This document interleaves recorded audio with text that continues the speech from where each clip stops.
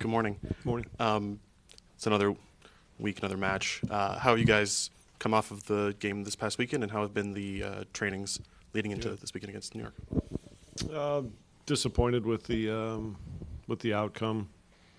To be honest, as I said after the game, it was more than fair based on how we performed. I know there was chances there for us, but defensively we conceded too many chances. So we take the result, and as always, we look at a lot of things, especially on the defensive side of the ball, to hopefully see improvements, and that was a lot of the focus of training and intensity and being more collective. Playing Red Bulls this weekend, and at the very least publicly, I'm sure there's a lot of nuance to the way they play each year differently, perhaps, but they're known for their unique style. They're very entrenched in the way they have been over the years. How is preparing for that compare or different maybe than a team who may be more diverse or dynamic in the way they play week to week? Is it different in the way you have to prepare or inform the guys as to what to expect this weekend, or how you guys go into the match? Is it different? Or part of their DNA has always been how difficult they are to play against with their commitment against the ball, to press, to play narrow, to make the game very challenging for teams if you're not moving the ball the right way, if you're not moving off the ball the right way. But they also can play with the ball. If you look at some of the with the ball metrics, they're very good with the ball too. They just don't get talked about in that regard. So they got players that can play on 1 and 2 touch. They have players that have played at a very high level that we know of. And so, yes, they know how to defend in a very aggressive but connected way. It's not reckless, and with the ball they can hold the ball when they need to, and they can play on 1 and 2 touch. I just don't think that gets talked about because of how people perceive them. So the challenge for us is what kind of personnel will be on the field. We know their situation, and what is that going to look like for the last game that we'll see them, or they have 2 games, but this upcoming game, and knowing that there could be some differences of structure and of personnel. What stands out? I mean, you said you don't know the personnel that could be on the field, but what stands out about what they do with Forsberg and Chupo Moting? Like, what do you see from them specifically? Oh, I mean, with Forsberg, it's always with top players. It's how they read the game, how they move off the ball, whatever the ideas are in the build-up to games, in their preparation. You see players like him that are always looking around to see where the space is going to be. They're anticipating the game quicker than most, understanding when to receive and move on the dribble when pressure's there, and how to play on 1 touch, like I mentioned, know where their teammates are, where the support is. So, he plays the game at a high level. And Choupo-Moting as well, how he moves, within the back line when there's space to run to goal. His movements are very good. Deceptive in how he changes speeds, how he uses his body is he's very strong with that, in knowing how to create his shots.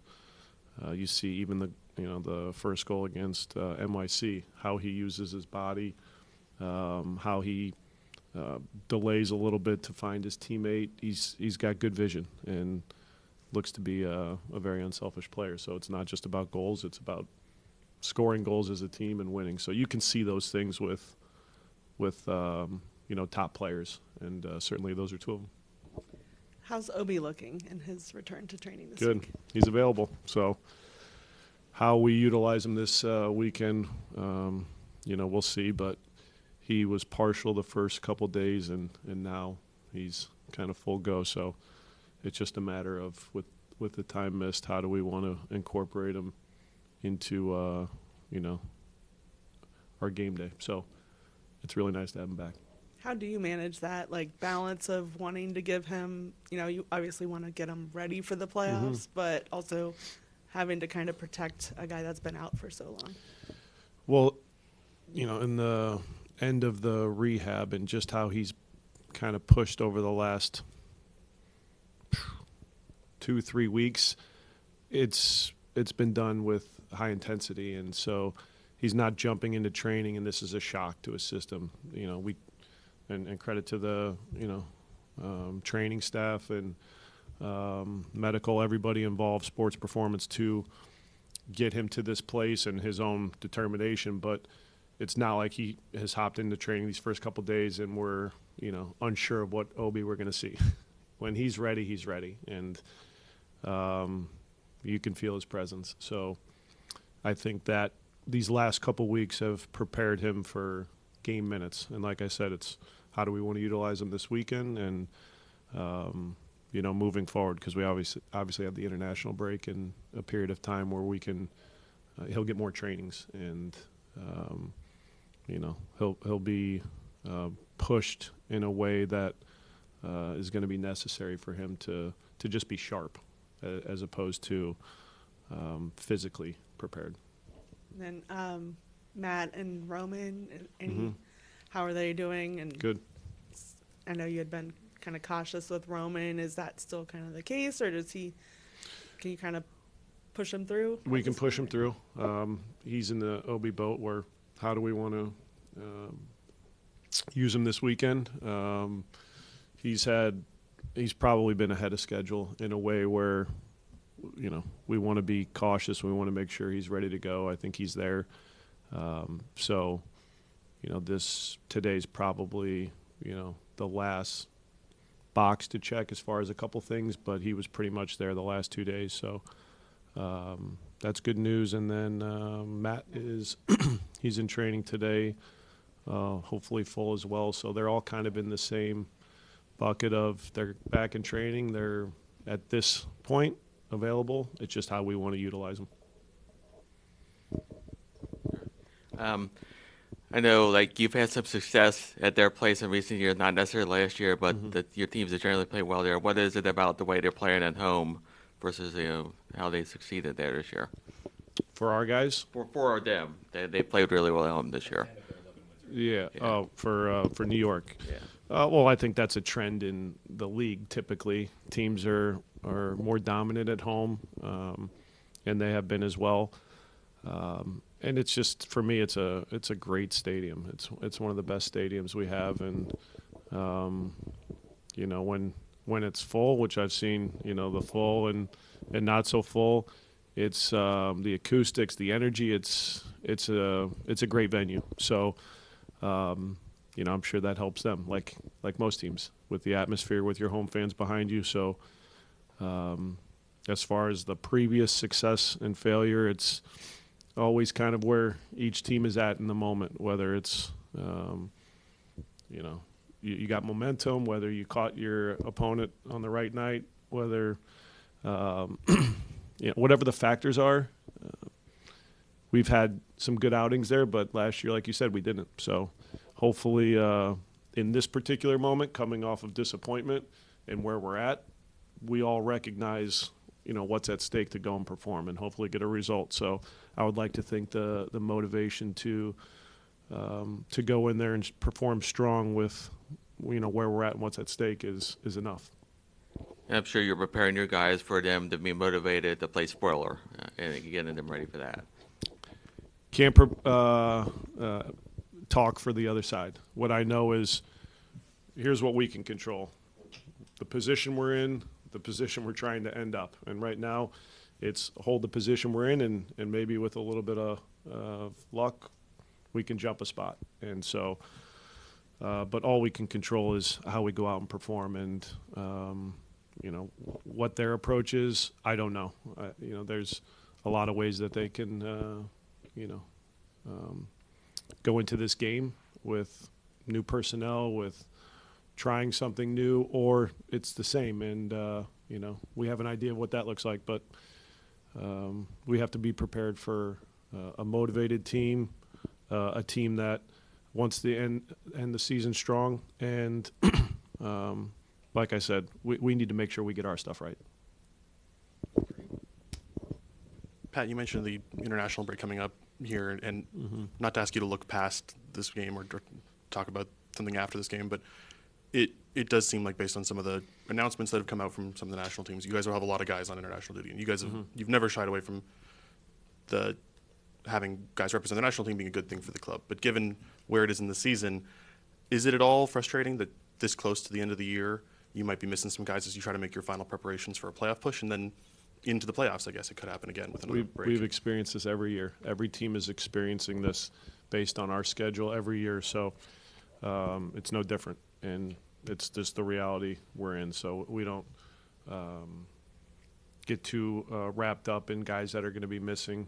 We try to approach this stretch in a way where we get to work on things. We get to see maybe players in different spots, or adjust in certain ways to see, on the back end of it, if there's something new that we can take from, our 4-hour approach going into the final game. So we have a lot of guys that are going to be away with the national teams, and I love that.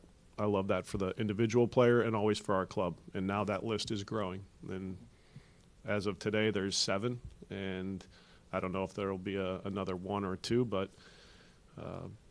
having 7 guys go and get to represent their countries and represent our club is a positive. And we'll figure out in the period of time that they're gone how we push the rest.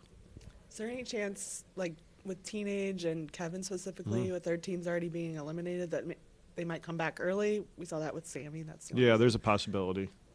It's conversations that are not finalized, but it's been brought up. So I don't have clarity about when they'll return or how that's going to look, but we'll see. I guess speaking of Teenage, if I could ask, I know I asked about Gilberto last week. Teenage, he's, you've kind of gone to Alvis ahead of him. What, I guess, was kind of contributing to Teenage's lack of minutes, and what do you need to see from him? A little bit of player form, a little bit of situational, Alvis being on the right, how we've had Lucas on the left, and, whether it was Miles or Nick, Matt in the middle. I think it was more to, how we were seeing Lucas play. But Teenage has been amazing in his limited role as far as minutes. Because if you watch trainings, if you see his level of engagement, go watch our last couple goals when Evander scores against Nashville, when Brenner scores against L.A. Go watch how they celebrate with Teenage. That to me says it all as far as what kind of teammate he is, and that's why we have so much time for him. Is he just wants to help the team, and he's maybe unfairly not gotten some minutes. I think I poorly managed the Orlando game at the end. I think he should have been on the field to see that game out, and that was on me, and that's something that we talked about. So it's not a lack of, I would say, confidence or trust. It was mismanagement, and he's been pushing. He's been pushing for minutes, so it was more, I guess, a coach's decision than his poor performances.